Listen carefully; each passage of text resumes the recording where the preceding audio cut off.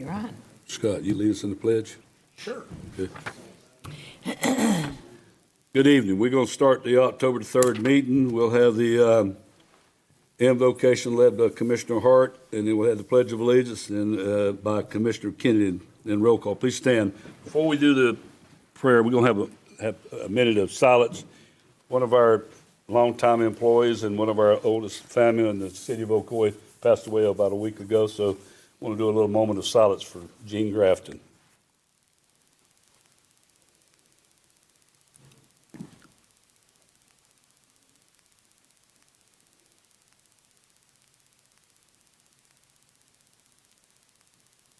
Okay, Commissioner Hart.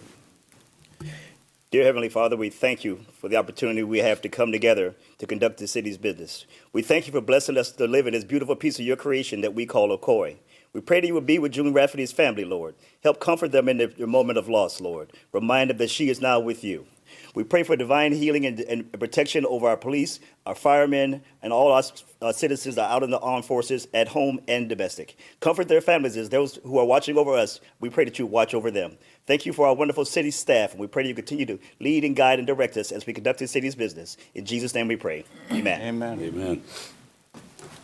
I pledge allegiance to the flag of the United States of America and to the republic for which it stands, one nation, under God, indivisible, with liberty and justice for all.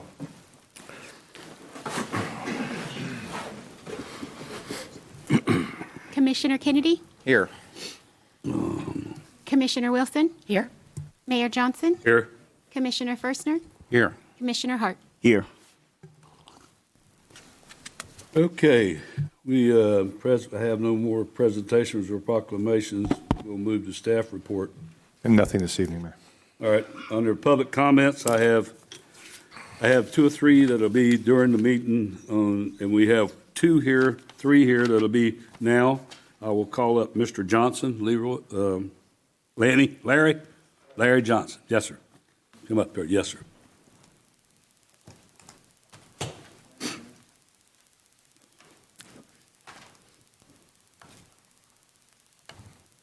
Yeah, I'm Larry Johnson. I live at the corner of Lakewood and Security Circle. I'm sure y'all are aware there's some issues with a lift station right there on the corner. Well, it's at it again, worse than ever. I came here to try to get some help to resolve this because it's getting where I can't even walk outside, can't have company come over. It's just getting too bad. I would like to get somebody that knows what they're doing to look at this or do something with it. It's been going on too long. I agree with you. I would think city manager, we can have our department, see if they can. I'm just looking for a staff member who can get some information from Mr. Johnson so we can contact him. Have you spoken with utilities, Mr. Johnson? Who? Utilities Department? I spoke with Trent today, Okay. but he called the guy coming over here, maintenance, I guess, but he does not know what's going on with it. We need somebody out there that knows what's going on with this thing. Okay. Get it fixed. Can you give me some contact information for you? What's that? Contact information for you? Okay. Yeah, I got it here, Rob. Okay. We got the phone number. Yeah. So Okay. pass that down. I will tell you that I've turned it in myself. I go up and Well, down you can that. sometimes you can just ride by and I know. Yeah, you do. You're right. You You're didn't deserve this. you're exactly right. Everybody around there did not deserve this. No, I agree. I got your number, Mr. Johnson. We'll have somebody reach out to you. But I would appreciate you Okay. doing All something right. about it. Appreciate it. Yes, sir. We'll make sure. All right. That's all I got then. All right. Thanks, sir. Appreciate it. Mr. Moyer?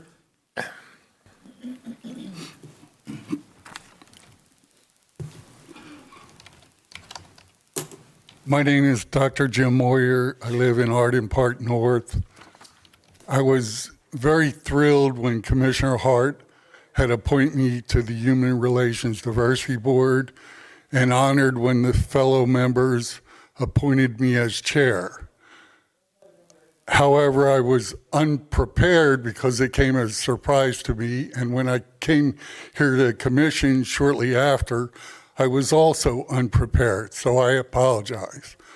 Now, the Ocoee Human Relations Diversity Board was created September 16th, 2003.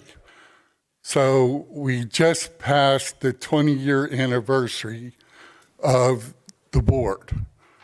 Now, I don't think too many cities in Florida can say they even have a Human Relations Diversity Board, let alone one that lasted for over 20 years. So I want to commend the city for the HRDB. And also, I believe Commissioner Wilson had mentioned that it had been a little while since the resolution was written. So if I may, and this is going to be very brief, the mission of the Human Relations Diversity Board, the general mission of the Human Relations Diversity Board, or HRDB, is to promote understanding, respect, goodwill, and equality among all citizens and business of the city of Ocoee. In no event shall the HRDB by itself possess any decision-making authority or be authorized to bind the city of Ocoee. Mr. Mayor, thank you for your time, and God bless you. Thank you, Mr. Moyer. All of you. All right, I have another one here, and just to let you know, I forgot to say it earlier, these are 3-minute public speaking time thing here. So Shantae Jameson?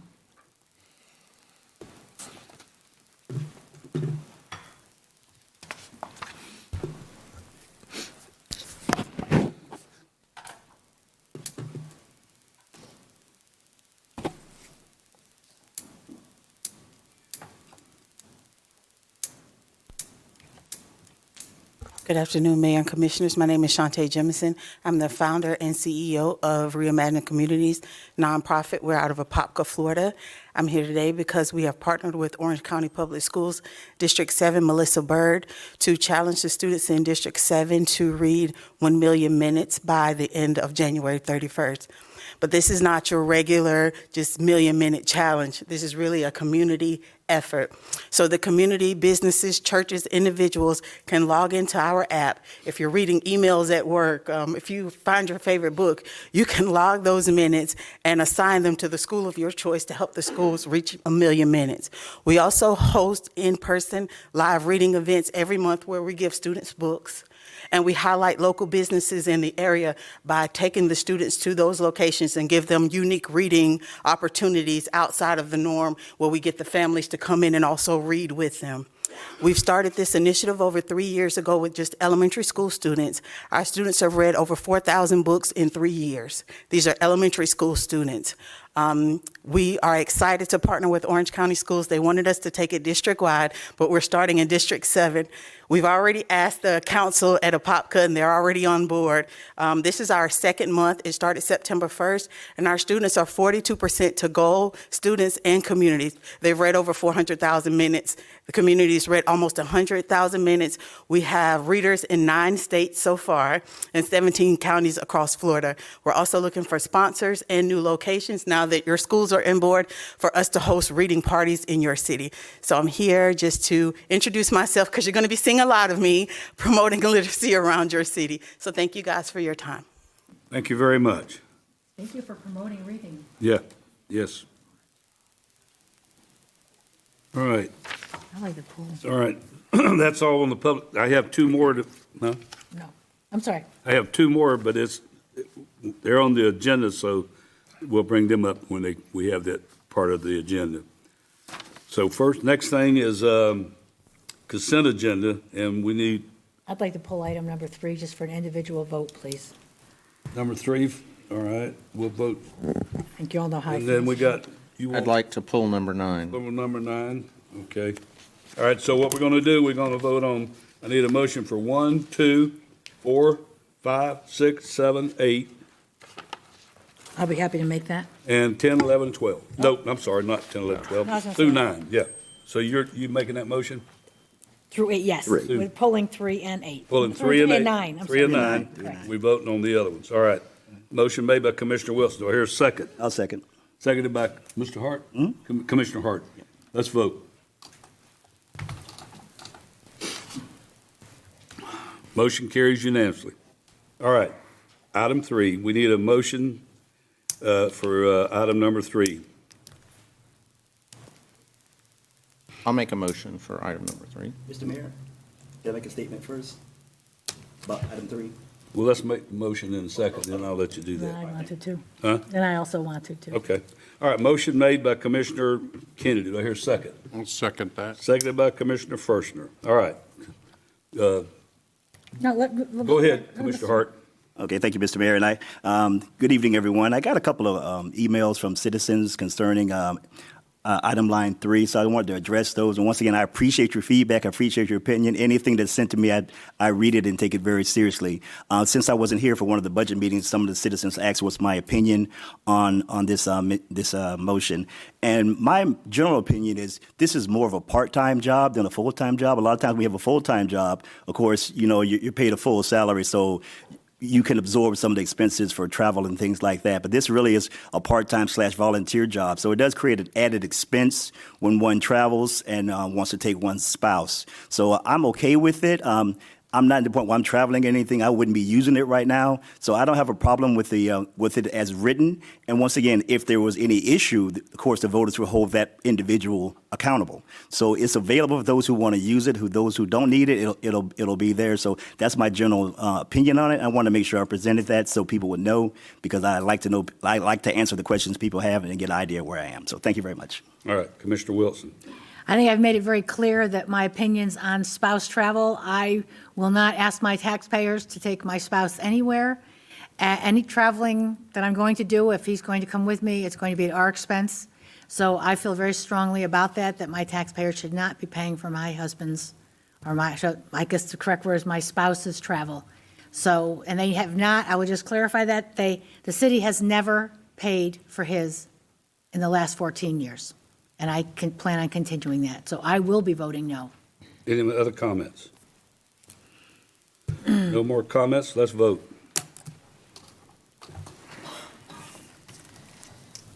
Motion carries unanimously with, Not unanimous.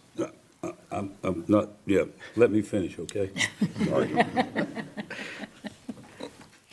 Motion carries for, I made a statement, with 1 vote no. You got to give me a little time there, bud.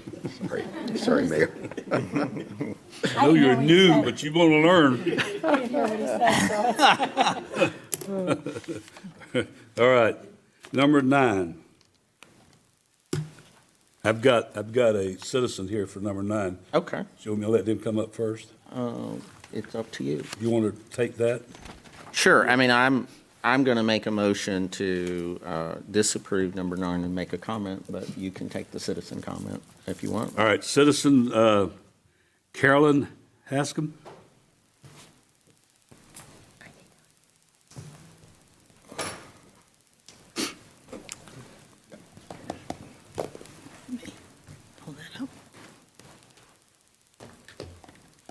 Good evening, Mayor and Commissioners. I'm Carolyn Haslam with Ackerman. My address for the record is 420 South Orange Avenue in Orlando, Florida. Tonight I'm here on behalf of the applicant. Just wanted to address a couple of issues. First, I wanted to say that we have read and agree with everything it is in the staff report. Second, we are extremely appreciative of staff for the work that they've done in between the last 2 hearings. They met not only with the Greens HOA, discussed the issues, but they also met with my client and their team. They also did a fantastic job. The staff report very thoroughly covers all of the issues. So I just want to thank them for their hard work in that. Wanted to talk a little bit about what the standard of review that you have before you tonight is. A final subdivision plan is reviewed against the city's code and the prior approvals. In this particular instance, you would review this plan against the preliminary plat and the PD land plan that was approved in October 2022. If the plan is consistent with both of those things, you are required to approve the final subdivision plan. Under Florida law, a body such as yourself does not have discretion over such decisions. You are required to have such administrative review. It's a ministerial decision. If you meet those burdens, therefore you have to approve it. In order to deny a final subdivision plan, you have to show on the record that you have competent, substantial evidence that we have not met the consistency with those two plans that have been approved, and that we do not meet the city code requirements. Your staff report itself provides the evidence that we do have both of those things, consistency and meeting the code, and therefore the record reflects that we should be approved. So my client and our team are here to answer any questions you have about the project, and if there's any other speakers, we're happy to answer any of those questions as well. All right. You can stand there. Right. I'm going to call up our city planner. Perfect. Thank you. I have a question for you. Of course. You stated that you read the staff packet Yes. and that you agree with it completely. We agree with the recommendation Okay. and the conclusions. Are Yes. you aware that the staff report says that no residents showed up at the commission to speak for or against this plan? The staff report stated that my client made that statement. I'm not sure that Okay. yeah, it was not made as a statement of fact. My conclusion is that we agree with the recommendations of staff. Okay. Yeah. Thank you. Mike, can you give us a quick explanation of what the project is and what the city's thought process? Yes, certainly. Do computer, right?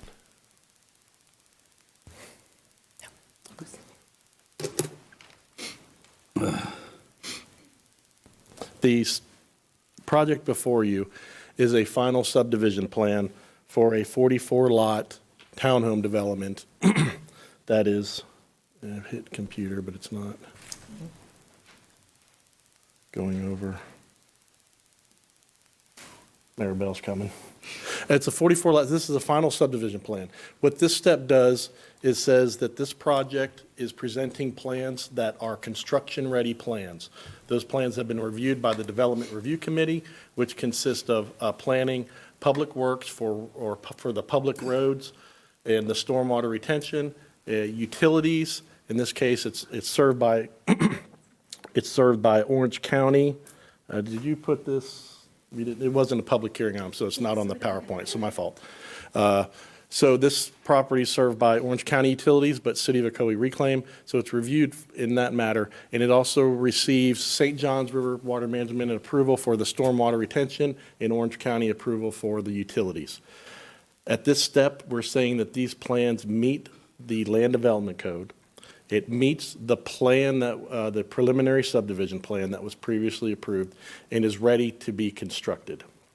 Previous to this step, this property was annexed into the city of Ocoee, and a small-scale land use amendment from low density to high density was done by ordinance, and a rezoning to plan unit development with a land use plan which set up the density of 44 unit townhome and a access network with the plan. And so the project is located on the west side of the 429 and north of West Road, adjacent to the Arbors PUD, and then the Greens at Forest Lake. The Greens at Forest Lake is a 198-lot townhome community. As part of the Arbors PUD, the city had the Arbors developer run a new public road, extend it past their entrance all the way to the West Orange Trail, which provided the parcels that make up the Magnolia and the larger parcel that makes up the Greens at Forest Lake. It gave them the public road access to be able to develop and subdivide those properties in the future. The first project that came through was the Greens at Forest Lake. It's a townhome community, 24-foot wide lot, townhomes, two-car garage, driveway, park, open space. It's right along the West Orange Trail. The roads are 50-foot wide, and they are public right-of-ways. They meet all the minimum standards. Accessing the same roadway, it would be this parcel. We purposely put the road adjacent to this parcel so it was not landlocked, and we wouldn't have created a landlocked property, and it is now developing under a townhome development, 44 townhomes, and that's where we are. So under our land development code, they meet all the standards. Yeah, we're saying that the roadway section, the asphalt thickness, the curbs, the gutters, the utilities, the setbacks, the landscaping, reclaim, and then Orange County saying that their utilities meet, and then St. John's River Water Management and the city is stating that the stormwater retention detention system meets the codes and criterias. So by all legal standards, they met. Yes. The requirement. That's why we have a positive recommendation, yes. Okay, all right, thank you. All right, anybody else on the dais have any comments on the project? I'm, in spite of comment, I'm going to vote and make a motion to deny this. I'm going to read something from the staff report. It says the development team questioned why these concerns from the HOA were not raised at the Planning and Zoning Commission and City Commission hearings for the PUD rezoning and preliminary subdivision plan. The answer for that is they didn't receive notice that that was on Planning and Zoning and the Commission. They received notice after the fact when it was passed. As a HOA president, am very experienced with this happening. And I ran to be an advocate for my district to increase communication and involvement of the citizens, to fight the imbalance of the infrastructure and the residential development. That's a problem for me.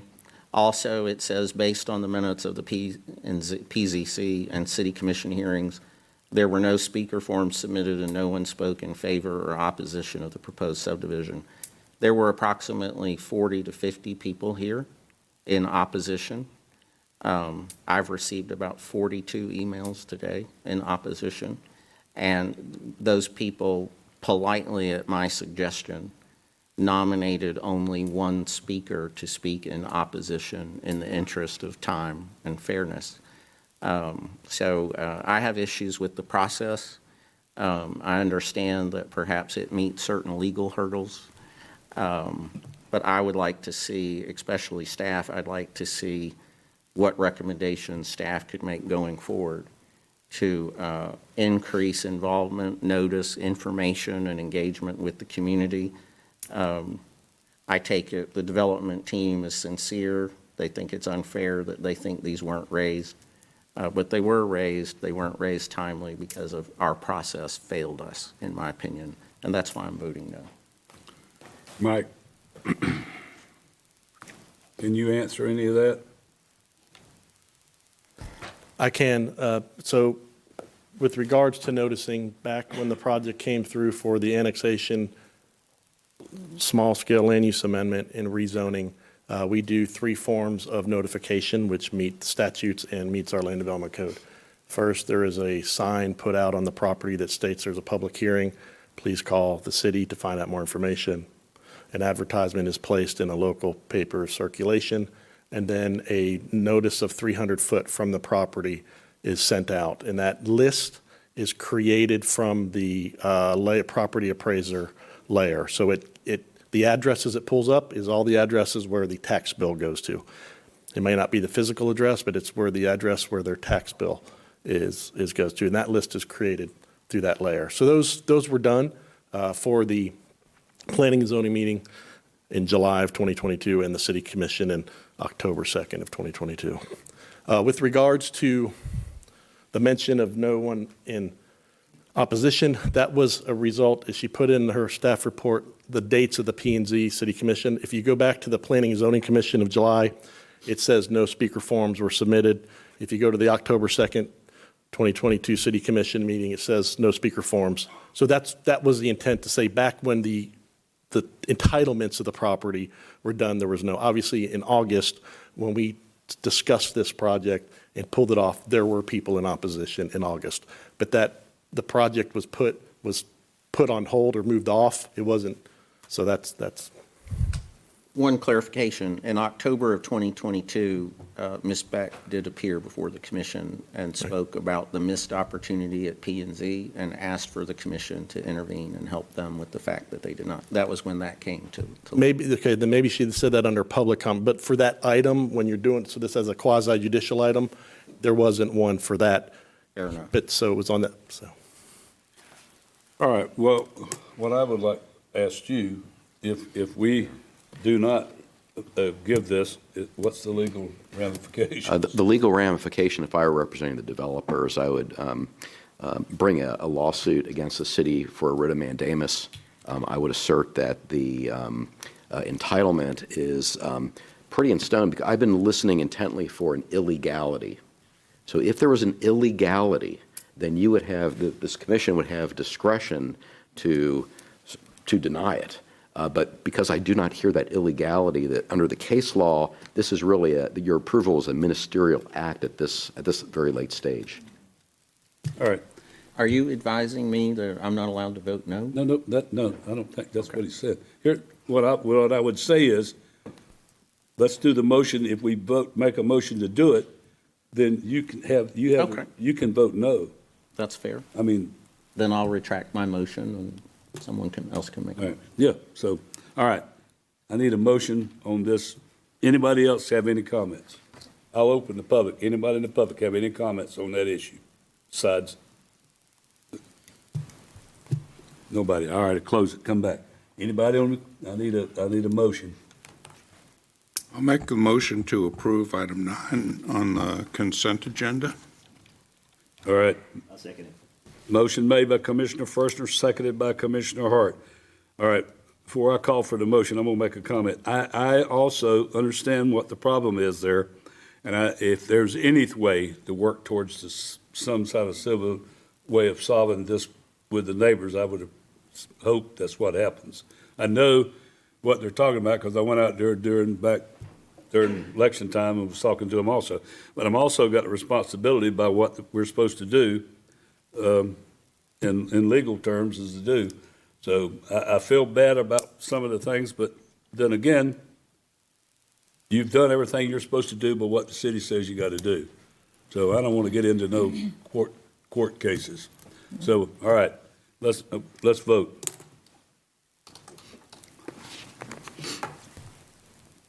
All right. Motion carries with Commissioner Kennedy voting no. Is that good? Yes. Okay. All right. Thank you. All right. First reading of ordinance. Number 10, first reading of ordinance for the backyard annexation and rezoning from County A1 to City C2, AX 07-28-06 and RZ-23-07-06. Zoning Manager Whitfield. That's first reading, I know, but I'm going to get to that too. So, go ahead. Then I'll explain.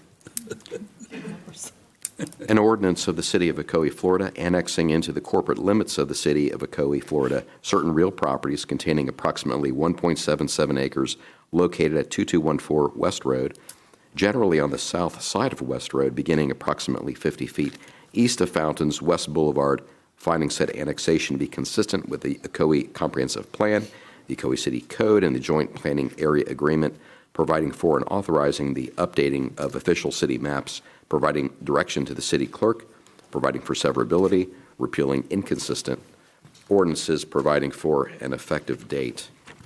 All right. That it? That is, All right. This will be brought back on October the 17th, as second reading, and then you can make, public will have comments. All right. Number 11. yes, get there.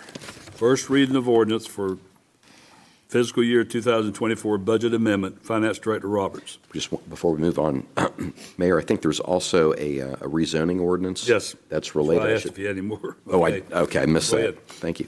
An ordinance of the City of Ocoee, Florida, changing the zoning classification from Orange County A1 Citrus Rural District to City of Ocoee C2 Community Commercial District on certain real property containing approximately 1.77 acres located at 2214 West Road, generally on the south side of West Road, beginning approximately 50 feet east of Fountains West Boulevard, finding such zoning to be consistent with the Ocoee Comprehensive Plan, providing for and authorizing the revision of the official city zoning map, repealing inconsistent ordinances, providing for severability, and providing for an effective date. Once again, first reading, and the second reading will be October 17th for this item, backyard annexation rezoning. All right, we're going to move on to number 11.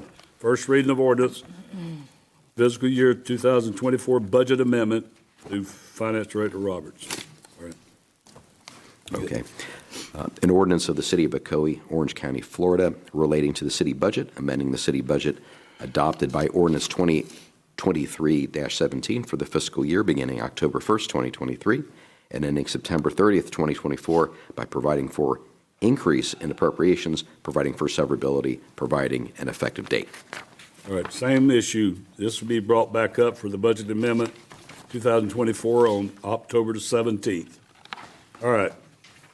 Item number 12, first reading of ordinance approving of proposed amendments to the city charter to be placed on the 2024 general election ballot. City Attorney Geller. This is a long one. I sure do. Go ahead. An ordinance of the City of Ocoee, Florida, consisting of a final report by the city's Charter Review Commission proposing amendments to the City of Ocoee's charter for the ballot at the next general city election on March 19, 2024, or is otherwise scheduled, pertaining to 1. Section C8, powers of the city, to state that the city's powers shall be construed liberally in favor of the city to effect their intended purposes, and that the city's enumerated powers shall include the authority to exchange property. 2. Section C11, eligibility, residency requirement, and proof, to require candidates for mayor to reside in the city for at least 1 year before qualifying as a candidate, and to require candidates for city commissioner to reside in the district they seek to represent for at least 1 year before qualifying as a candidate, requiring candidates to provide such proof of residency as may be prescribed by ordinance, providing that each candidate shall consent to a background check to verify the candidate's qualifications to hold office, and providing that no candidate shall be barred from running for office without notice, a hearing, and clear and convincing evidence that the candidate is not qualified to hold office. Number 3, Section C16, salaries expenses, to provide that the salaries of the mayor, mayor pro tem, and commissioners shall be commensurate with the part-time nature of the duties of their office. 4, Section C17, successors, to provide for the successor to the office of mayor or commissioner to be elected at the next regular or general city election if held within 12 months of the vacancy. 5, Section C18, independent audit, to authorize the City Commission to designate an accountant or accounting firm in accordance with the procedures set forth in Florida Statute Section 218.391 annually or for a period not to exceed 5 years. 6, Section C21, appointment, qualifications, compensation, to authorize the City Commission to reasonably extend the requirement for the city manager to become a resident of the City of Ocoee within 1 year of beginning employment by a unanimous vote. 7, C28, city clerk, to clarify that the city clerk's salary is subject to the City Commission's budget approval. 8, C45, election dates, to define regular, special, and general city elections, and to provide for the swearing in of a newly elected mayor or city commissioner immediately before the next regularly scheduled City Commission meeting after the canvassing board declares the election results. 9, Section C49, conduct of elections, to authorize the City Commission to set the dates of elections and the dates of qualifying periods for candidates by resolution or ordinance. 10, Section C50, certification of results, canvass of returns, notification of successful candidates, to appoint the city clerk to the City of Ocoee's canvassing board together with 2 other citizens and 2 citizen alternates appointed by the City Commission. 11, providing a form of ballot for each proposed amendment. 12, directing the city clerk to file the revised charter as approved by the voters with the Florida Department of State. 13, providing for severability and a savings clause. And 14, providing for conflicts and an effective date. All right. Be the same deal. We'll be back on October 17th, but I also want anybody here that was on the Charter Revision Board, please stand up. Anybody that was on the Charter Revision Board, please stand up. These are the people that helped, some of the people that helped work on our charter revision.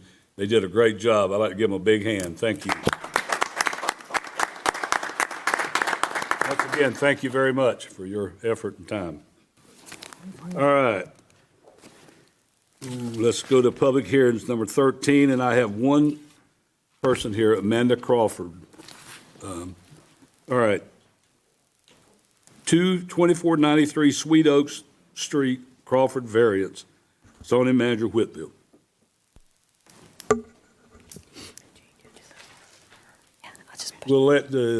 We'll go ahead and you tell us that, and then we'll let the constituent speak. Okay. Let her start, ma'am, and then we'll bring you. Okay. Good evening, Mr. Mayor. Good evening, everybody. So the item before the commission is a variance for the property at 2493 Sweet Oak Street. And the variance is for an increase in the impervious surface area. So the issue is that the applicant's requesting a 19.8% variance increase from the maximum 50%. The requirement is in Table 5-2, which establishes a 50% impervious surface ratio for all properties with a residential zoning district classification. And the intent is to make improvements in the backyard that would consist of a pergola, some paver patio area around the pergola, as well as some walk paths in the rear of the property. So in terms of background, the property is located on the east side of Sweet Oak Street, approximately 586 feet north of Majestic Elm Boulevard. It's about 8,001.5 square foot lot. That is zoned R1A, and again, the max is 50% at 4,000, just a little over 4,000 square feet of impervious that's allowed. This is a blow-up of the aerial, and in this corner is the blow-up, a zoomed-in image of the property. It's surrounded by the same R1A zoning district and surrounded by low-density residential. So the criteria for determining whether or not a variance should be approved are laid out in Section 4-9A. And the criteria are that that there are special conditions and circumstances that exist that are specific to the property or structure, that a literal interpretation of the code would deprive the property owner of rights commonly enjoyed by other property owners with similar conditions, that the special conditions and circumstances around the variance are not the result of actions of the applicant, and that granting the variance will not confer any special privileges to the applicant that has been denied other properties or lands in similar situations.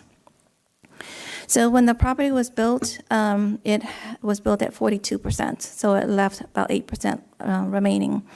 In 2022, the property owner sought a permit to, if you can see my mouse, to widen the driveway and then add walk paths to the front door, a wider walk path, and then a sidewalk all the way to about the rear, and there's a fence there. So with this permit in 22, it brought the lot up to 48.6%. Same year in 2022, a permit was requested, and issued for a shed structure in the backyard, and that brought the site up to 49.8%. Both of these permits were pulled under on a contract, so it was not an owner-builder type permit. So staff comments about impervious would have gone to the contractor, and the contractor's responsibility is to share that information with the property owner. So this is some staff photos of the improvements that have been done without a permit. The sidewalk here, this is the location of the fence. This photo was taken just outside of the fence area.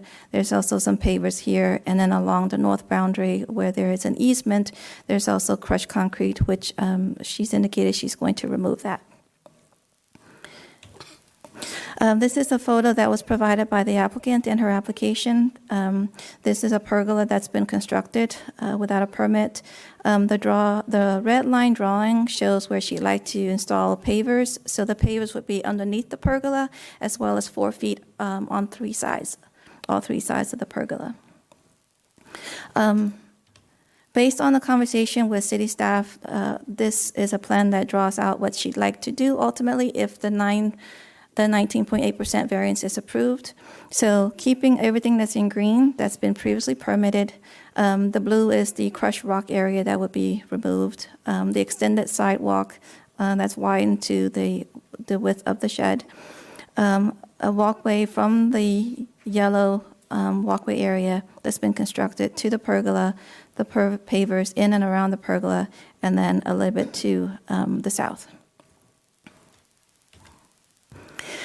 So based on the 4 criteria in Section 4-9A, for the first one, we find that the lot is a rectangular shaped lot, same lot size, dimensions, shape as all the other lots in the subdivision in this phase, except for the in-unit lots. Those have a slightly rounded curve. So based on criteria number 1, there are no peculiarities that's specific to this lot. All of the internal lots are the same. There are no natural features. There's no, nothing specific to this lot. Number 2, that the literal interpretation would not deprive the applicant of rights commonly enjoyed by other properties. The applicant had available ISA for improvements. ISA is impervious surface area for improvements, which have been used just shy of 50%, like the other lots in the subdivision. Number 3, granting this variance would confer special privileges that have been denied by other property owners by these regulations. And number 4, the variants are the results of the actions of the applicant in terms of the improvements that she'd like to have on her property. The Planning and Zoning Commission met on this item last month, and following some discussion in terms of options, they made a recommendation of denial and in order to not allow the impervious area to exceed the maximum 50%. And with that, staff is also making a recommendation that the City Commission deny the requested 19.8% variance and to not allow the property to exceed 50% max like the other properties in the community. I have 2 notes there, and that is that without the variance, the improvements that have been done would have to be removed. And then if the variance is approved, those improvements would have to have an after-the-fact permit in order to get those squared away. An alternative is to remove some of the permitted and installed improvements as well as the unpermitted installed improvements to get the pergola and the paver in the back. And Ms. Crawford is the applicant. All right, now is your turn. Ms. Crawford. So, Hold on, let me switch you. only have 3 minutes. Okay. So, I'm Amanda Crawford, the owner of the said property. So I have I guess I have a revision for the 9.9% that was requested, from what Ms. Knox stated. Hey there, I took this and turned it into this. I got this and made it into this. This became this, took this in the trash and turned it into that for. So, okay, I apologize. I'm 37 years old, been a resident of the city of Ocoee for 8 years. Basically, I'm just presenting a revision of the requested 9.9% variance. As a homeowner, as she mentioned, the contractor was supposed to advise of impervious calculations, and those are just things that I didn't know about. So, since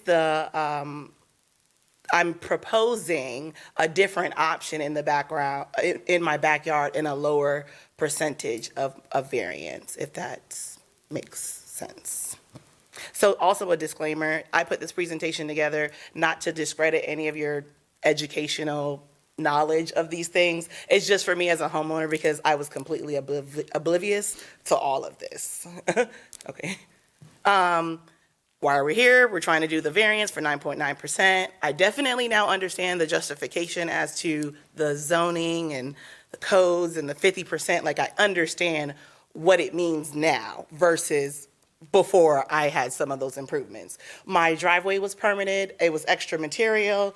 I just extended the walkway. In my head, I'm not thinking that I'm not breaking any type of rules. Clearly I have, right? So what's considered impervious is the crushed concrete pavers that I have. My total lot size is here. The current total approved impervious without my additions was 3,957.30. I took my driveway from a standard concrete slab and removed it to actually have pavers, which I understand these are some of the, when I purchased the home in 2015 to now, with all the improvements that I have done, Once again, the pavers that I would like to install in the backyard were supposed to be standard concrete pavers.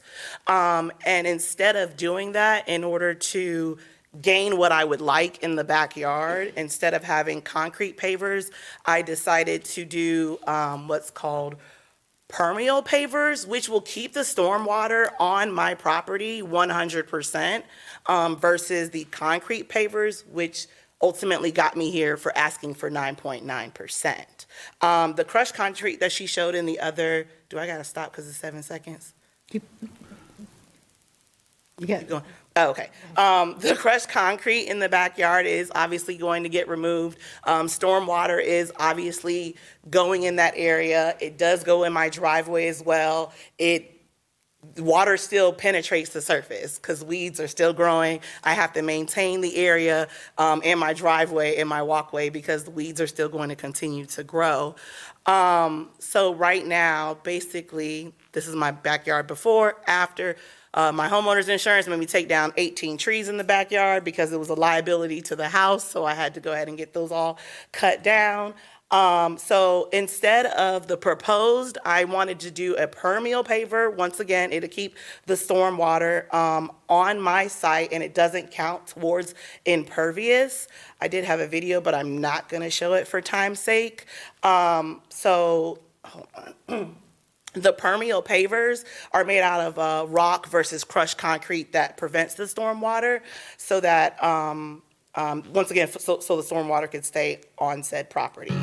So I was just putting in examples of how permeable pavers work. I don't know if you guys already know exactly what that is. I'm pretty sure maybe you do.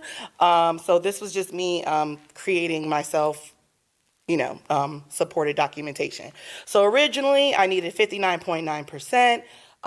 The only thing that I would request for a variance is just keeping the unpermitted walkway, which is 136 square feet, which she showed, which would actually take my calculations to 4,093.30, which would be a 1.1% variance, or I could just pick up the 136 square feet and just do permeable pavers throughout the entire backyard, which then I wouldn't need a variance at all. Well, the time's up, but I want to ask, I liked your show. I mean, you're Daryl. Sorry, I'm a content creator, so a lot of this thing is just It's a little more interesting than what we usually get. So, the planner. Yes, yes, Is sir. the one she's talking about, would they work what she's saying? No, sir, our code currently considers even permeable pavers as impervious surface material. Just let me expand upon that. I can't. Mayor, the code doesn't allow it. It even talks about mulch. The reason why the pervious pavers system, the only thing we have ever been provided by the installers is sales literature that says can achieve. There's not a technical document, and St. John's River Water Management doesn't have a technical document. So to put permeable pavers everywhere and to say it's the same thing, there's not a technical document. But when you're talking 2%, 2.5%, 1%, obviously it does something. So so we can't technically say we agree and then change the code and say the city commission agrees that. So that's where we're kind of stuck with the permeable pavers at this point. Is that because of the rock, the gravel between the pavers? What happened with installation, you could have it installed 5 different ways. They can bring in clay, stamp it to a pressure. That's really put a liner, and then they put the rock. It's just, it's that sub base that we don't have a technical way to inspect and review and say it's achieving such. Did you have a professional paver company do that? Yeah. Well, see, that's really not your fault that you didn't know. They should know. You know, it's their responsibility. Did they pull a permit? For which one? The unpermitted For portion doing of it? those, yeah. Oh, no, it was just from the leftover, that's me, Okay. for the leftover pavers. But the guy that did the paper should have the explanation to tell you that what it is or isn't. The problem, what I see is if we do this, then everybody is going to be doing the same thing, and we can't, if we do one, we're going to have to do them all. Mhm. But that's, I mean, it looks good, you know. But the problem is, it leads into problems. So, anybody else got any comments? This is the second time that someone has come for a request for a variance and then offered an alternative once they were up here. So unfortunately, my point of view is, at this moment, the only thing on our desk is, do we approve of the variance of 59.9%? Yeah. You can, I think I'm going to vote to deny that variance for the reasons stated. But that doesn't mean that you can't work with staff, resubmit new plan. If you have an alternative that you want to try to do, you have the full to go try to do that in addition. I'm not in a position to make on that right now. The issue before me is, do I approve of a variance to 59.9? And my answer is no. So all right. Just make that clear. All right. I will have to agree with Commissioner Kennedy. The issue I have is, by approving this, we can't allow what is denied to other residents. And you've done a beautiful job. Loved your pavers. Honestly, I'm envious. It's beautiful going out to the shed. Great job. But the issue comes back to the 59.9. And yes, I realize the paver company should have told you, but then when you did the additional part, you weren't aware of it. But again, I fully support coming back if you have other alternatives. But the impervious, but if we have no history or no paperwork or anything that shows that impervious pavers are allowed, we can't make that decision at this point. So I unfortunately have to say, I'm going to deny it. It'll be a no vote for me because exactly what I said. But you did a beautiful job up to this point. I hope you can find an alternative to make that pergola the way you want it to be. Yeah. I actually have one more question. Okay. For zoning manager. If she doesn't put pavers under the pergola, does she still have to remove the pergola, or can she get a permit for the pergola after the fact? The pergola, as it sits now, because it's just the slots, it would need to be permitted, yes, but it wouldn't count towards the impervious. Correct.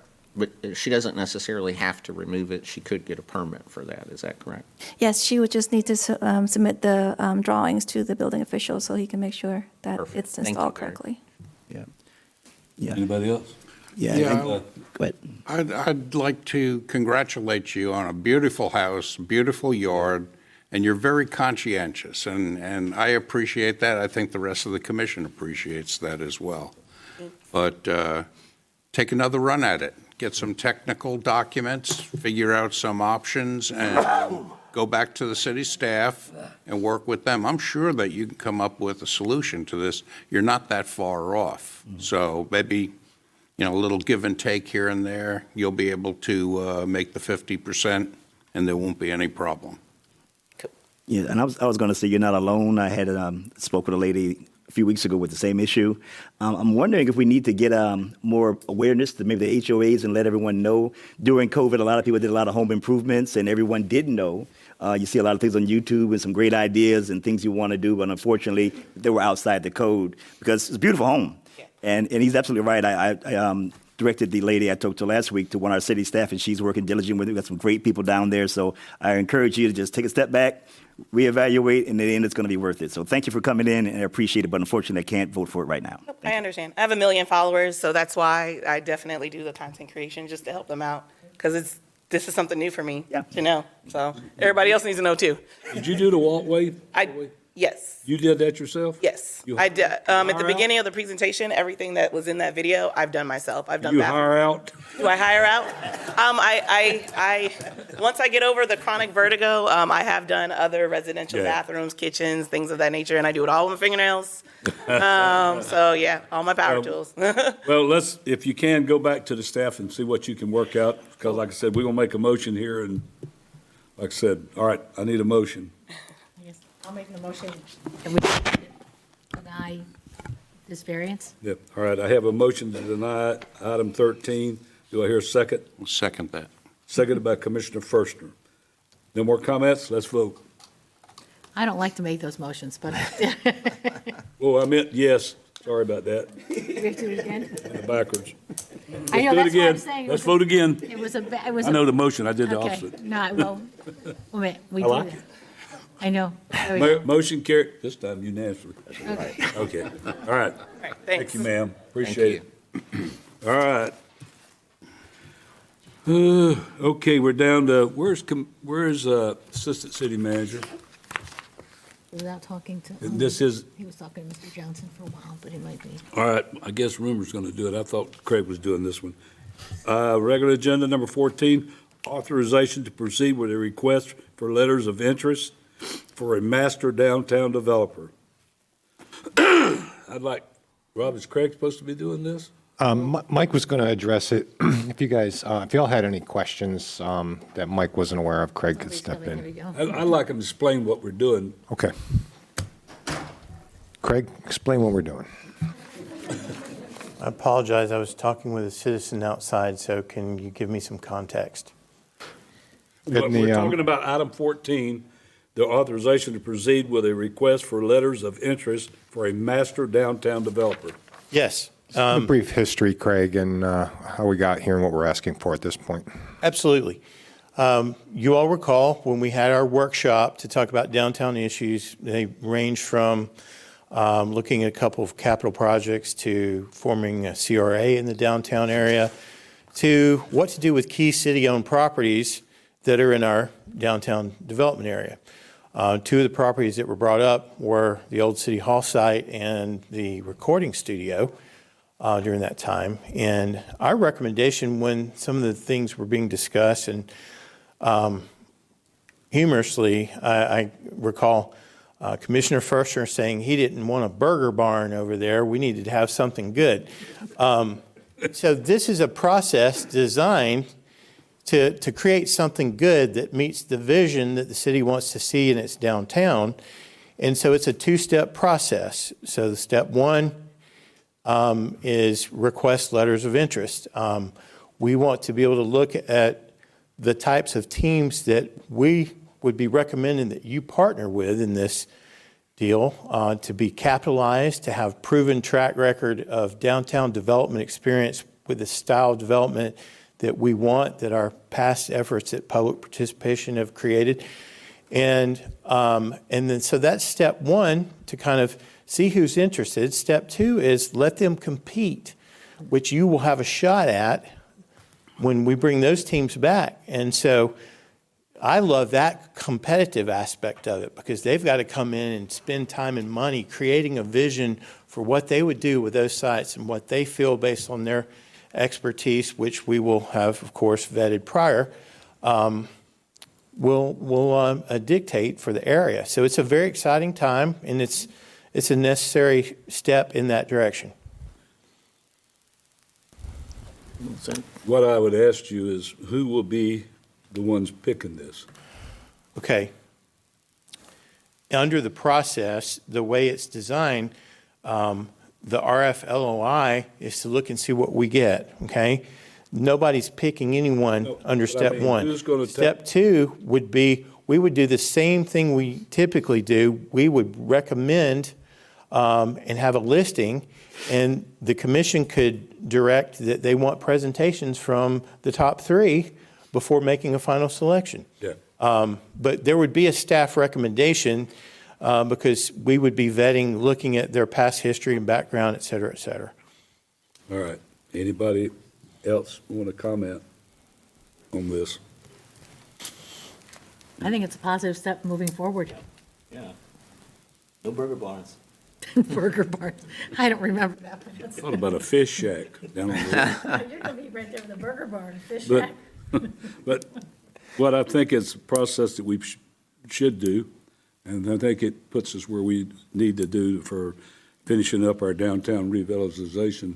So I think that's a big part of what we're going to be doing, and that's some prime land there in our area for what we're talking about going to happen. So I think it's a great thing to do. So I don't see anybody have, we need to vote on it, I guess, so.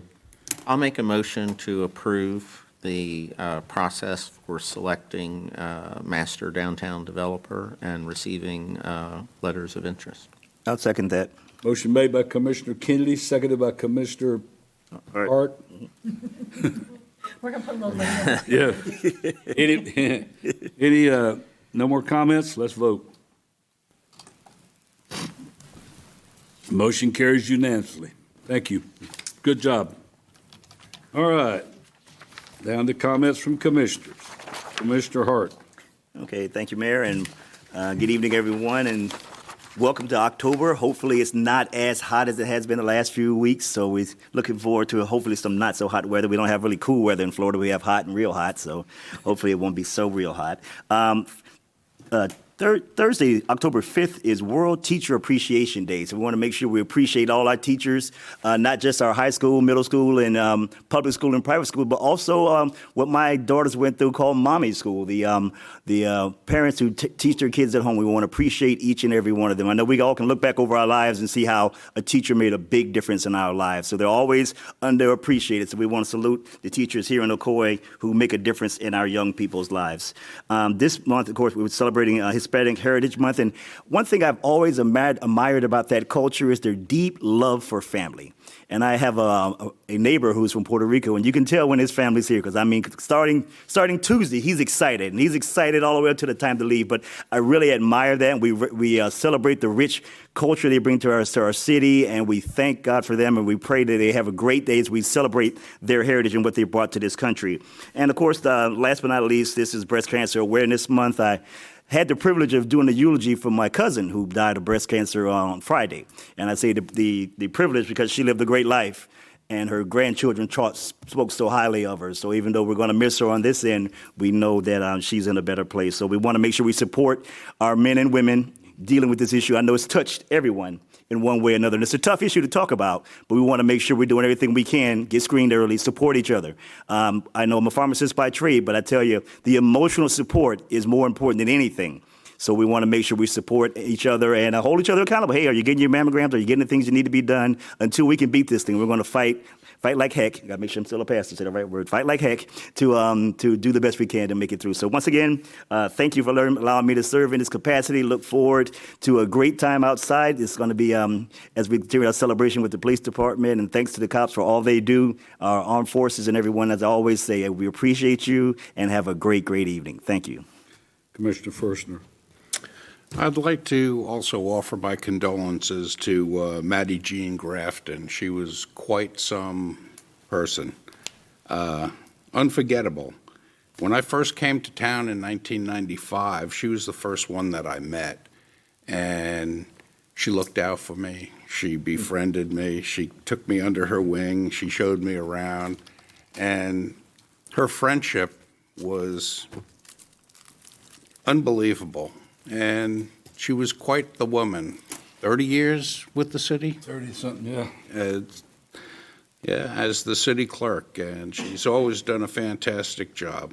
Well, she's going to be missed greatly.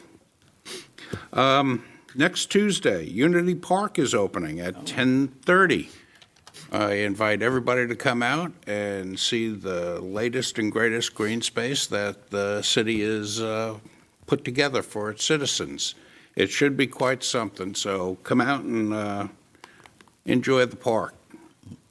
Also, like Commissioner Hart said, Breast Cancer Awareness Month, it's near and dear to my heart. I lost my mother back in 2001 to breast cancer. And I just urge everybody to do everything they can to help the researchers come up with a cure for this hideous disease. It affects everybody. It doesn't make any distinction between class or race or anything. It takes everybody. So please do what you can to support Breast Cancer Awareness Month and donate and do your part to help eradicate this disease. That's it. Commissioner Ferstner. How about Wilson? Well, That's okay. I'm thinking about something. Yeah, that's okay.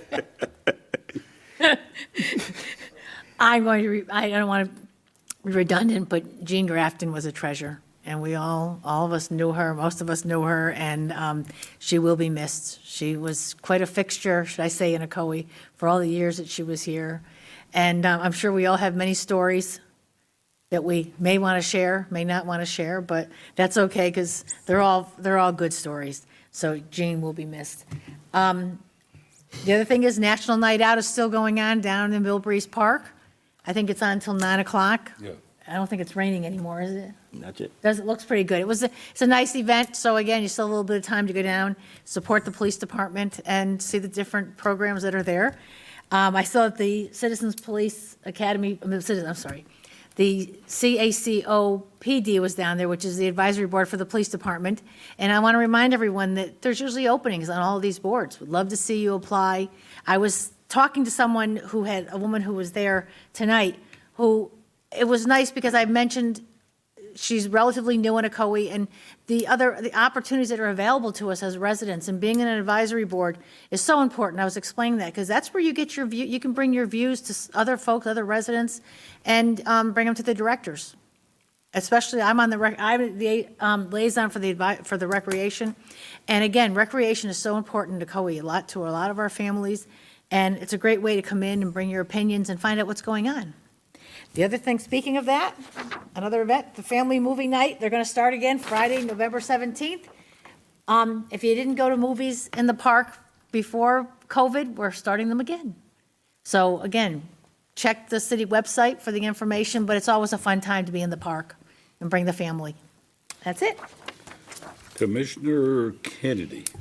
I actually have a couple comments tonight. First of all, yes, the Citizens Advisory to the Police Department is down at the lake. I'm the liaison to that committee, and we're going to go down there and thank the volunteers. If you're on a board or not on a board, one of the things that came up in that was a lot of those members aren't attending the volunteer appreciation dinner that we have annually. So please make an effort to do that so that we can show you our thanks. We really appreciate and we need volunteers. As Mr. Moyer said on the HRDB, I think we do need to spend more time, and I think we've made a lot of progress engaging with the citizens on the boards, but we need to follow up on that and make sure that the mission statement of these boards is, number one, what we endorse, and number two, that it's being met. On a personal note, prior to the next meeting, there's a very important day in my life.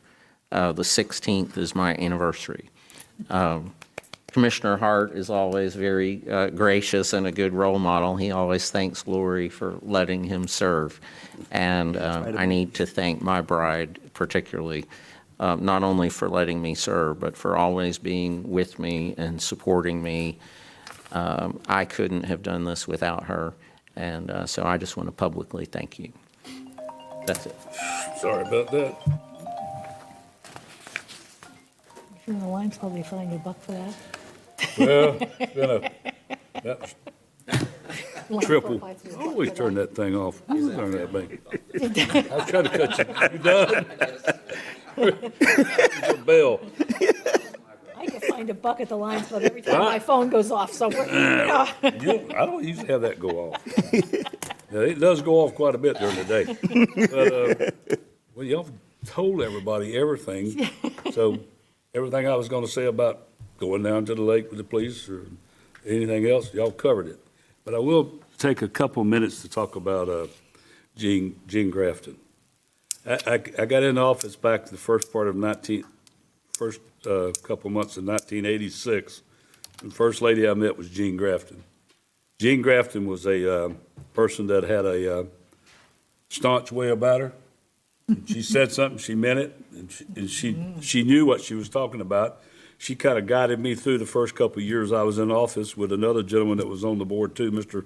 Bateman, who was another guy that was a staunch person that helped get us through those times. But I will tell you that Jean was a person that was hard not to like Jean, because she was just a good person that would go out of her way to make life easy for you, and she did that. my birthdays back when I first got in office was she would come up at the birthday thing and give me she made little pecan pies for us all to have to celebrate the birthdays. Hint, hint. But You're not going to get them out of it. But Gene's family, yeah, is it? Yeah. You're not gonna- You go get mud pie. Put a free plug in.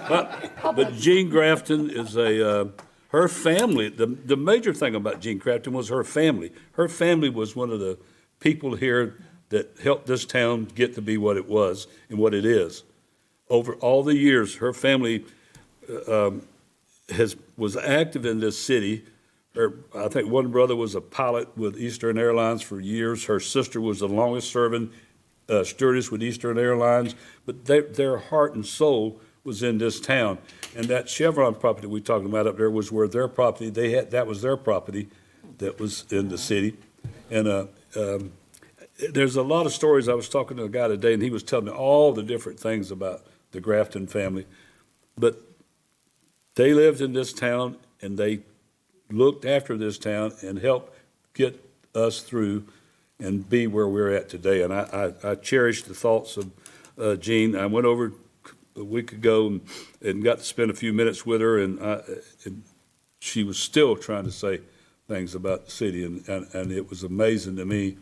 It was hard to do, but I've got the honor of being able to do the eulogy Sunday, this coming Sunday, and it's 12 o'clock at the church. What's your? Ocoee Christian Church. Ocoee Christian Church, and I think the viewing starts at 12 and goes through the service.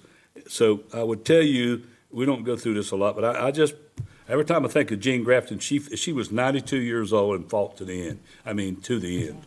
She was the lady that would, there's nothing about Ocoee that she didn't know. I could tell you some stories, and Commissioner Wilson said that about stories. I can tell you, I won't tell you the one about we all went to New York for a bond issue one time, and Jean Grafton said, well, she was going, and she said, I will tell you that, she says, I think we ought to take the newspaper reporter with us, that way we can't get in trouble.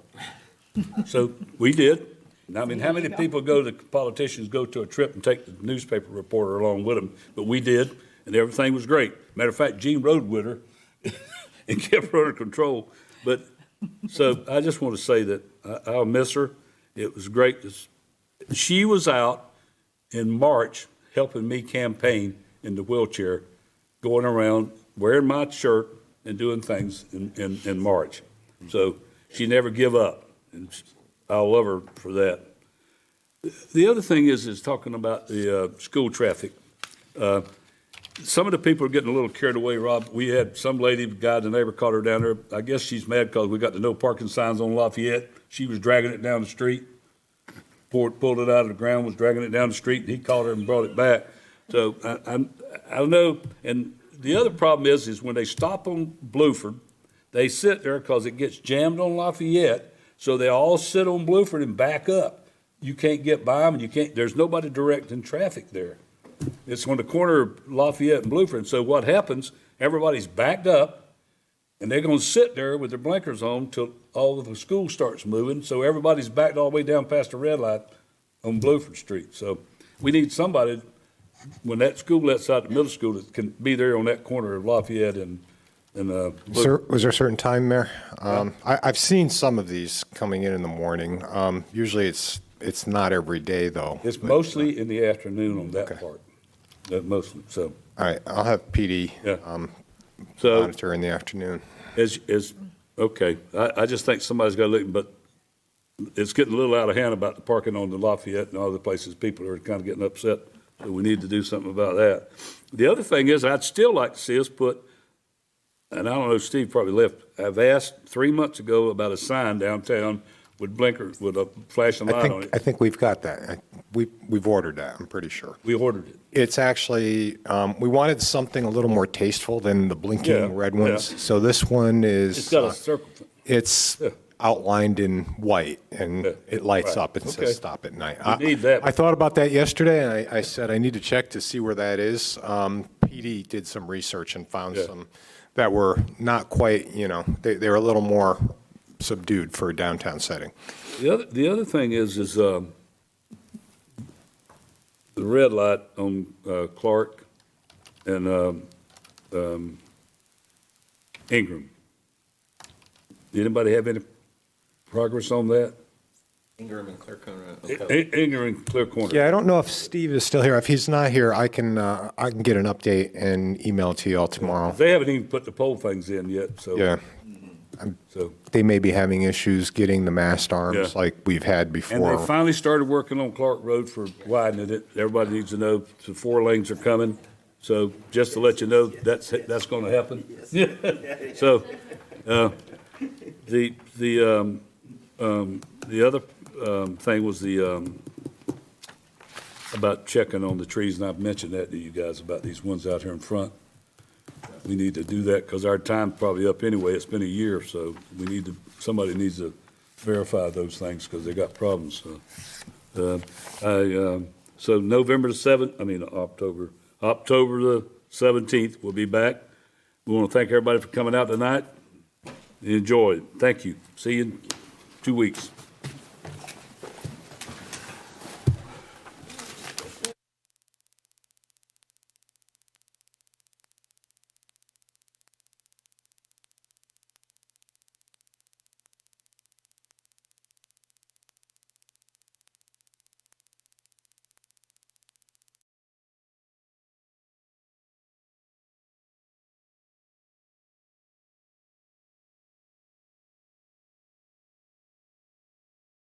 And the Lions Club, and we're going to go ahead and plan another one for next April. So as long as the commission's okay with us doing that, the spring into conservation is with the utility department, and it's going to be held at Unity Park, so it's going to be a little change from the spring fling.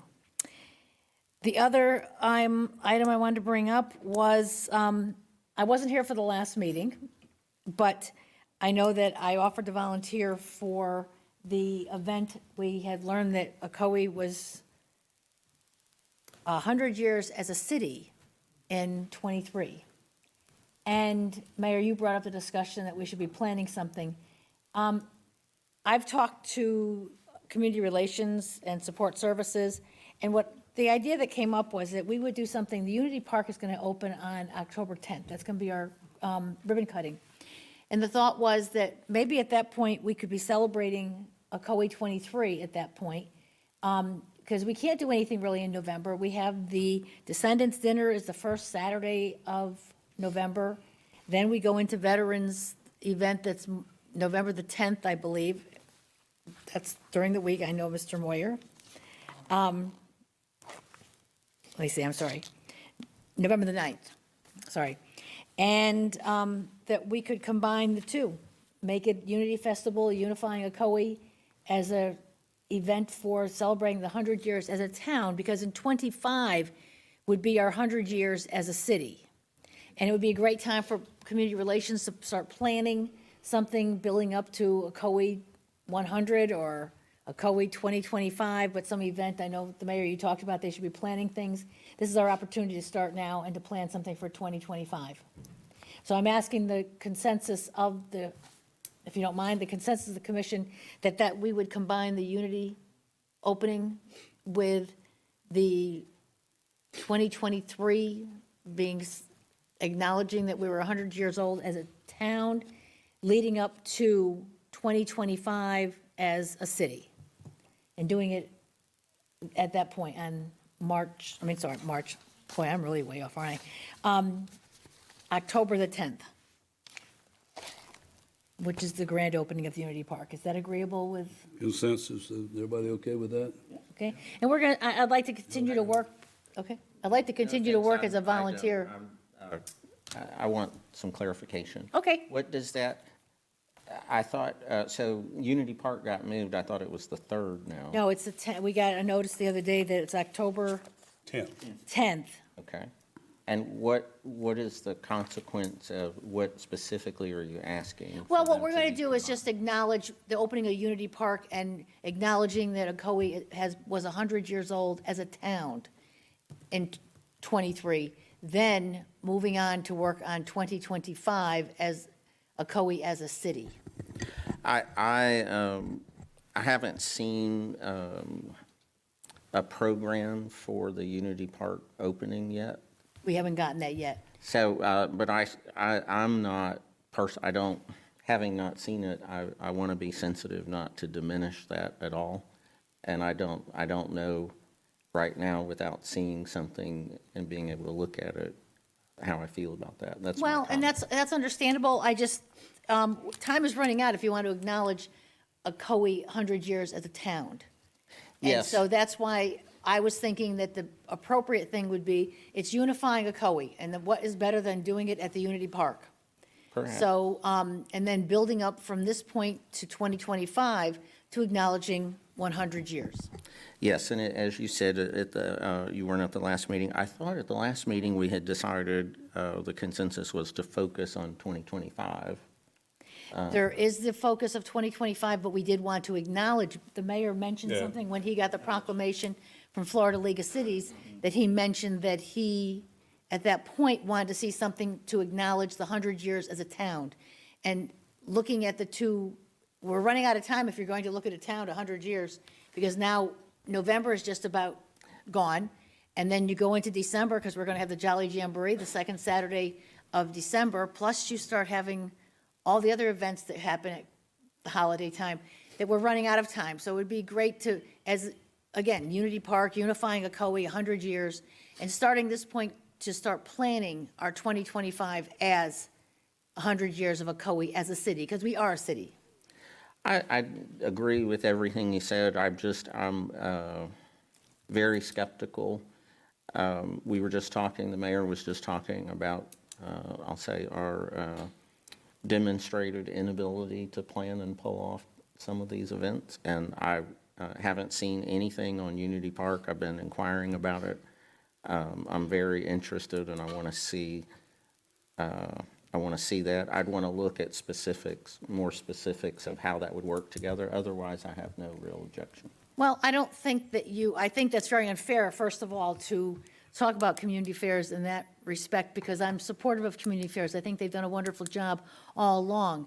Maybe we need to give direction as to what we expect from them for what events we want to plan in '24, so they can work that way.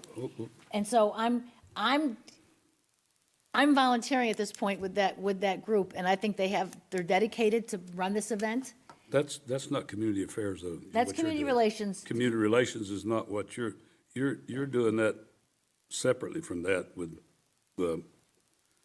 that's a different, I'll talk about that. I'll talk about that when I get to my time, but you finish yours. But that's not exactly what I was talking about a while ago.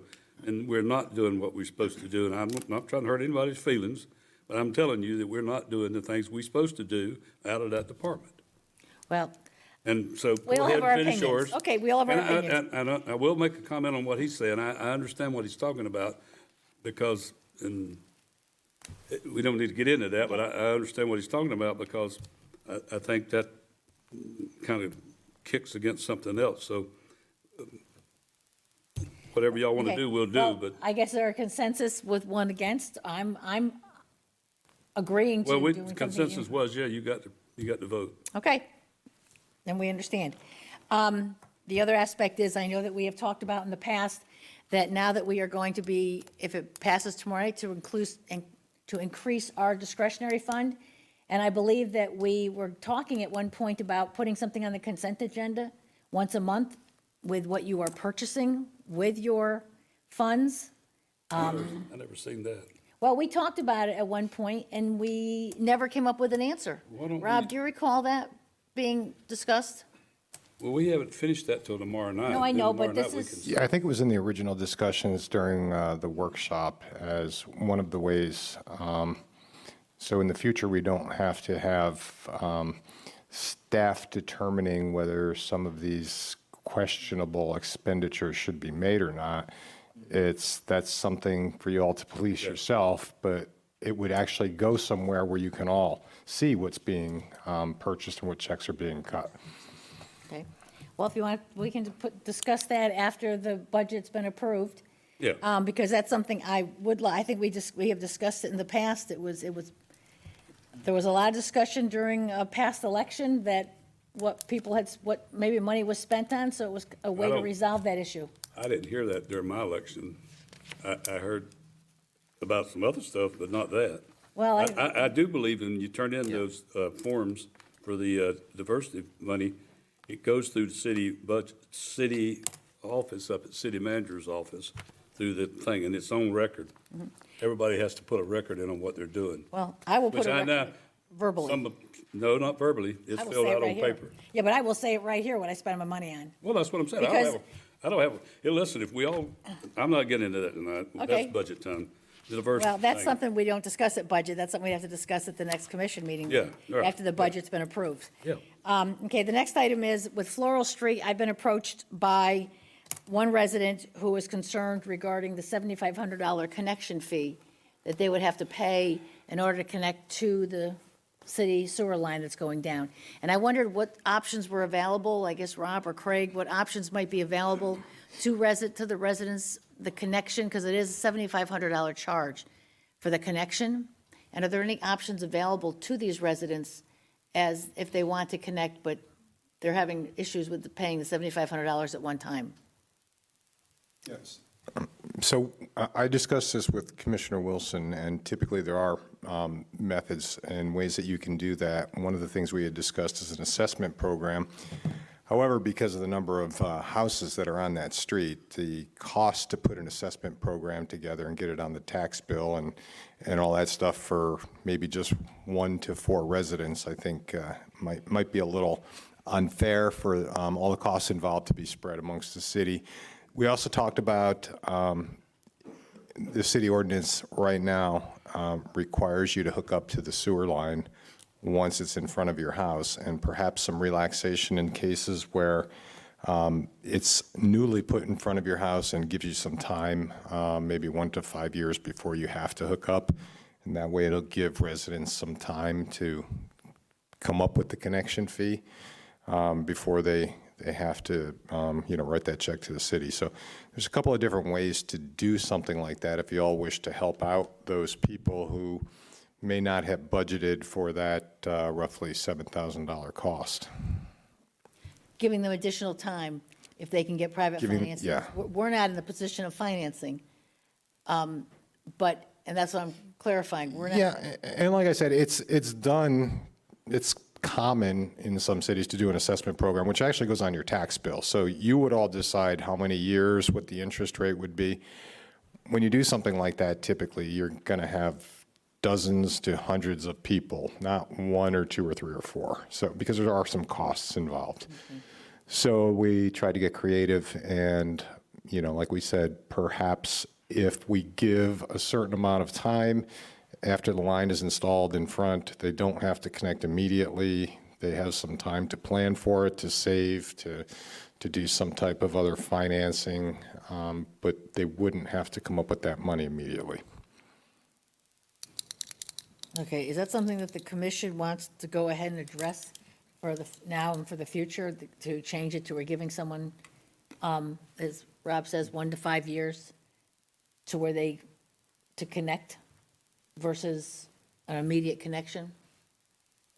Because I believe the ordinance now says that if it's there, you're to connect, correct? Yes. I'd prefer to see these things go through staff and come to the agenda and do some research Well, that's before what I I'm vote on something. Well, I'm not asking you to vote on it. We were asking I'm me if asking I'm you, no, interested. I'm interested in asking the staff to come back with this. That's not something we'd be voting on tonight, because it has to go through the You can do that on your process. own, yeah. Ask him. Yeah, I think the question is, in this particular case, because there's so few residents affected, is this something that the commission wants us to look at and come up with some type of solution? Is this something that may happen again in the future, since we're still doing some redeveloping, so it may be something we need to look into now, because we're going to use it again. Right, and it may happen in the future, and we were trying to get creative, because as we hit road by road and put sewer in, we don't really want to do an assessment program every time for just a few residents, because we'll be spending more money in finance department, tracking these things and making sure these get on assessment rolls. We'll have to come up with an assessment roll every year, just like we do for trash and stormwater and fire fee. And we'll have, we have 2 in code enforcement right now for liens and for costs incurred in maintaining properties. So It's a way to address it. We don't think it's the best way to address these particular circumstances, so. Who come up with the $7,500? We didn't vote on that. No, that's by ordinance. The actual connection. Somebody had to come up with the price, though. Yeah, you guys did like I don't remember. 25 years ago. $7,500. You all put in a multiplier, a cost of living index each year for the connection fee. It's automatically October 1st. It goes up by whatever the cost of living is. So is every sewer hooked? I guess we'll call it, Mayor, Every sewer that's hooked up now goes to 75. yeah, we may call it the sewer impact fee. It's not really an impact fee, but it's referred to. And that's the cost we were talking about. All right, so just you bring it back. Consensus is, I guess, To bring it back, bring it back and see if you go to the 1 to the 5 year, whatever. Or you can make a motion. We can see that. I think we can come up with something that would work. But like I said, in this particular instance, since there were only a few residents, we just wanted to know if this was something you're all interested in, staff. You also have to moving forward. separate it from businesses or residential too. Well, yeah, typically, and that was one of the things we had discussed too.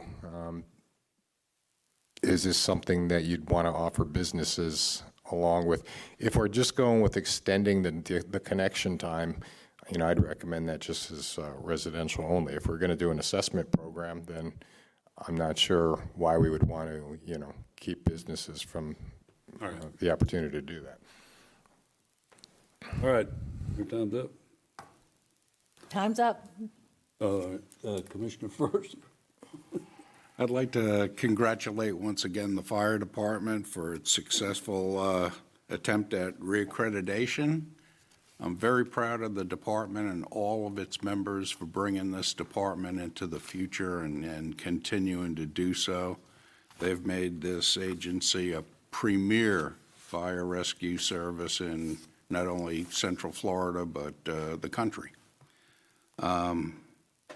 Saying that, I also want to congratulate the union leadership and the Assistant City Manager, Craig Shadricks, for successfully negotiating a union contract. There was no acrimony, no fighting, and turned out to be a win-win for both the union and the city, and I applaud all those people. That's it. Commissioner Hart. Thank you, Mayor, and I want to congratulate the union representatives and the city staff for working together. Ocoee's greatest strength, it's not its parks, it's not its roads, it's not its buildings, it's its people. And we have to work together. We can always disagree, but we never disrespect. And as long as we can agree to disagree on certain things and still be brothers and sisters at the end of the day, we're going to be all right. We have a good problem to have.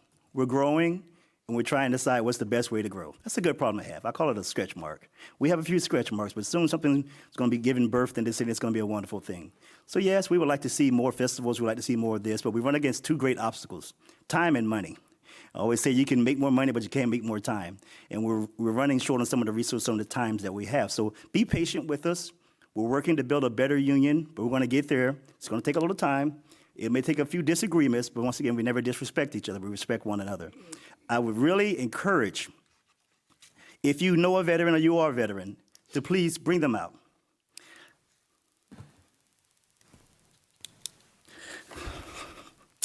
I took care of my dad for 27 years. He had a massive stroke. He died trying to get me through pharmacy school.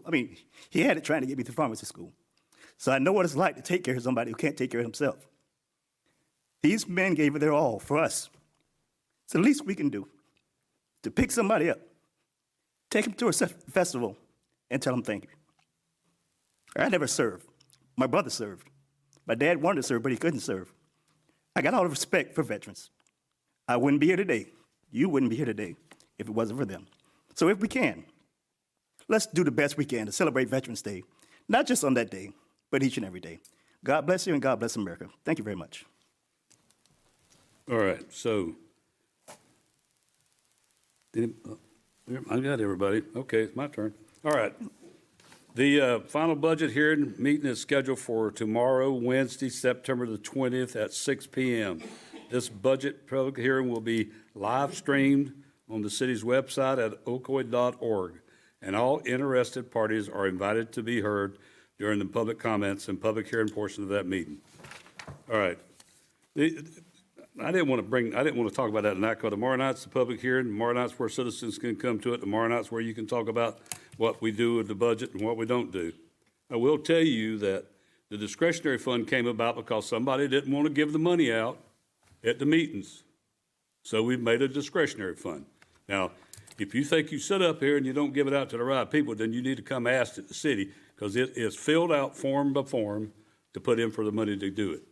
And you can pull all mine. I give mine to the schools, everybody that has pertaining to the schools, because the school don't get money for certain things anymore, and if we don't help them, they don't get it. Give it to the veterans. Give it to the charities, the heart people down here. Lady lives down here in Prima Vista, has a big deal where she gives out all this stuff for heart patients for children. So that's the kind of stuff we do with discretionary fund. It's not something we're trying to hide. So you can come anytime to this city manager's office or anywhere in public, in Melody's office, and pull up that record and show you what we're spending the discretionary fund on. But it all started because you didn't want to give money out to the people that kept coming up at the podium, at the meetings. So tomorrow night, we'll discuss it again. The discretionary fund is what we try to do to give money back. County gets discretionary fund way more than what we get, way more, to give to help citizens. There's a lot of things, a lot of people that do things that try to help people that we're trying to help them too, to give the money to them. So they don't have to come up here and get told, no, go back through the process and come back again. So this way they go through the process, we turn it in through the city, and we put in for it. I know we do scholarship money for the kids and the youth council. Now, that's going to change because we've put more money into the youth council thing for that purpose that will help give money to the scholarships for these young people that come join in the youth council. So if you want to find all that out, come tomorrow night. Tomorrow night's the last public hearing, so it starts at 6 o'clock. So and the downtown things, and I'm not trying to get against anybody. I'm just telling you that I get calls because things we don't do, because I'm the mayor, they'll call me. Just like the roads don't get open, the roads are not getting taken care of. I got guys call me all the time about stuff not getting mowed. We're not mowing where we're supposed to be mowing. But everybody has to understand that we're in the process of trying. We try to make sure everybody gets an answer. The county doesn't seem to care about mowing their parts of the county out in our area. So we kind of people think it's us, and it's not us. It's the county. So we're trying to do those things. And hey, listen, tell people we have jobs open for people that, that open in the city that they can help come and get a job and work to help us keep things moving like they're supposed to. But I appreciate everybody coming, but tomorrow night, if you really want to see what's going on, come up tomorrow night. We've got the budget figured out. We've got things done. So tomorrow night's the final, and we'll vote on it tomorrow night.